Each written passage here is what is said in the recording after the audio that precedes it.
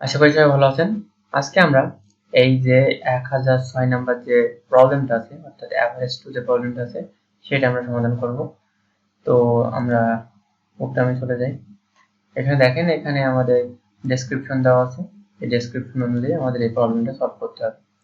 তো এখানে বলছে দেখেন, read three values variables a b and c which are the three students grade, then calculate the average considering the grade a has weight 2, grade b has weight 3 and the grade c has weight 5.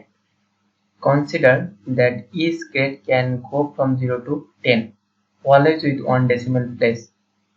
অর্থাৎ আমাদের যে গ্রেডটা থাকবে সেটা 0 to 10 এর ভিতরে থাকবে। ওকে, আর হচ্ছে আমাদের এ যে ভ্যালুটা থাকবে, মানে এ ভেরিয়েবলের যে ভ্যালুটা থাকবে সেটাকে 2 দ্বারা গুণ করব, বি ভেরিয়েবলের যে ভ্যালুটা থাকবে তাকে 3 দ্বারা গুণ করব, আর সি ভেরিয়েবলের যে ভ্যালুটা থাকবে তাকে 5 দ্বারা গুণ করব। এবং গুণ করার পরে সবগুলো যোগ করে যেটা হবে সেটাকে আমরা 2 যোগ 3 যোগ 5 অর্থাৎ 10 দ্বারা ভাগ করে দেবো। তাহলে হচ্ছে আমাদের এই মিডিয়াটা বের হয়ে যাবে। ওকে, তো এটা দ্বারা আমাদের সেটাই বোঝাচ্ছে। আর এখানে ইনপুটটা কিভাবে হবে, the input file contains three values of floating points with one decimal after the decimal point. অর্থাৎ আমাদের সংখ্যার পরে মানে দশমিকের পরে একটা মাত্র আমরা নিতে পারবো, সংখ্যা নিতে পারবো দশমিকের পরে। তো এইভাবে আমরা হচ্ছে তিনটা হচ্ছে ফ্লোটিং পয়েন্ট ভ্যালু নেব এবং সেইগুলোকে অ্যাভারেজ করে আমরা মিডিয়া ইকুয়াল আমাদের রেজাল্টটা দেখাবো। তো যাই হোক, আমরা শুরু করি। আমাদের দুইটাকে দুই পাশে নিয়ে যেতে শুরু করি। এখানে নিয়ে আসলাম। এরপরে প্রথমে আমরা যেটা করব, প্রথমে আমাদের তিনটা ভেরিয়েবল ডিক্লেয়ার করতে হবে, এ বি এন্ড সি। তো আমরা যেহেতু এটা ডাবল টাইপের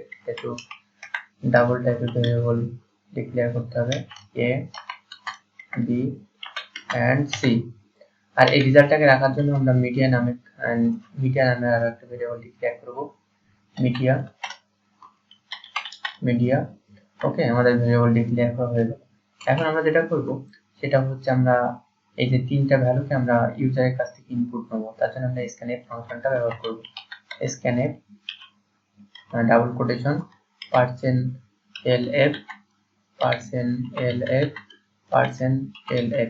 তিনটার জন্য তিনটা %lf, তারপর হচ্ছে এখানে কমা দিয়ে %। প্রথমে আমাদের প্রথম ভ্যালুটা আমরা এই যে ভ্যালুটা নিতে চাচ্ছি ডাবল ভ্যালুটা, সেটা হচ্ছে এর মধ্যে স্টোর করে রাখবো।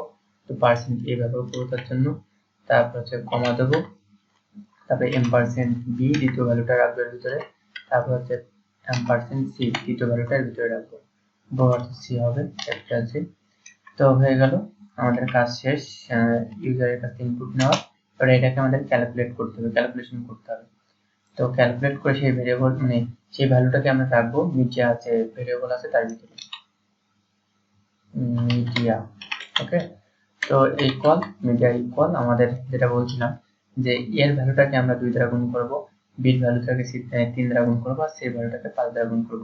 তাহলে a মাল্টিপ্লাইড বাই 2, তারপরে plus b multiplied by 3 plus c multiplied by 5। এবং এই যে 2 3 এবং 5 এর সমষ্টি কত?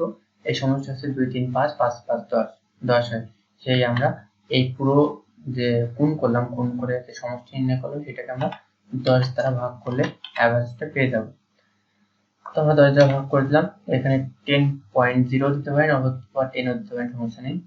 যেহেতু এখানে ভেরিয়েবল গুলো ডাবল টাইপের সেহেতু সমস্যা হবে না। যদি এখানে হচ্ছে এই এ বি সি ভেরিয়েবল গুলো ইন্টিজার টাইপের হতো তাহলে সেই ক্ষেত্রে সমস্যা হতো। তো যাই হোক, যেহেতু সমস্যা হচ্ছে না সেহেতু আর কথা বলে তো লাভ নেই।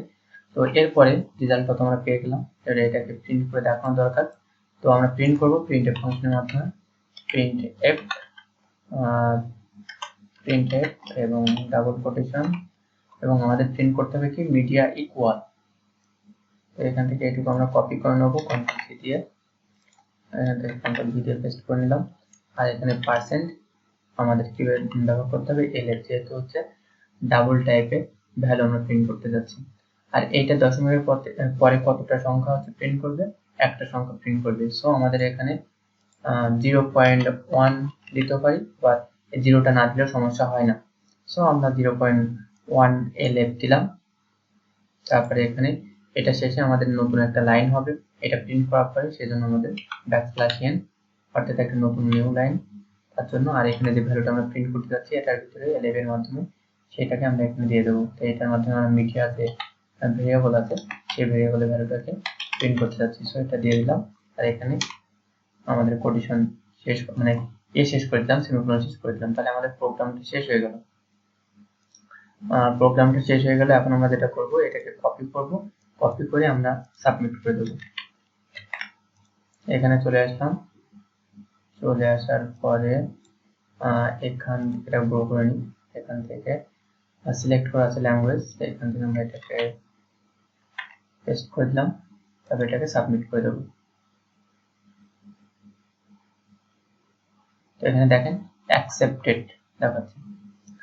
তো এখান থেকে আমরা সাবমিশন থেকেও দেখতে পারি, আর এখান থেকে আমরা হোম থেকে আমাদের পয়েন্টটা কত হয়েছে সেটাও দেখতে পারি।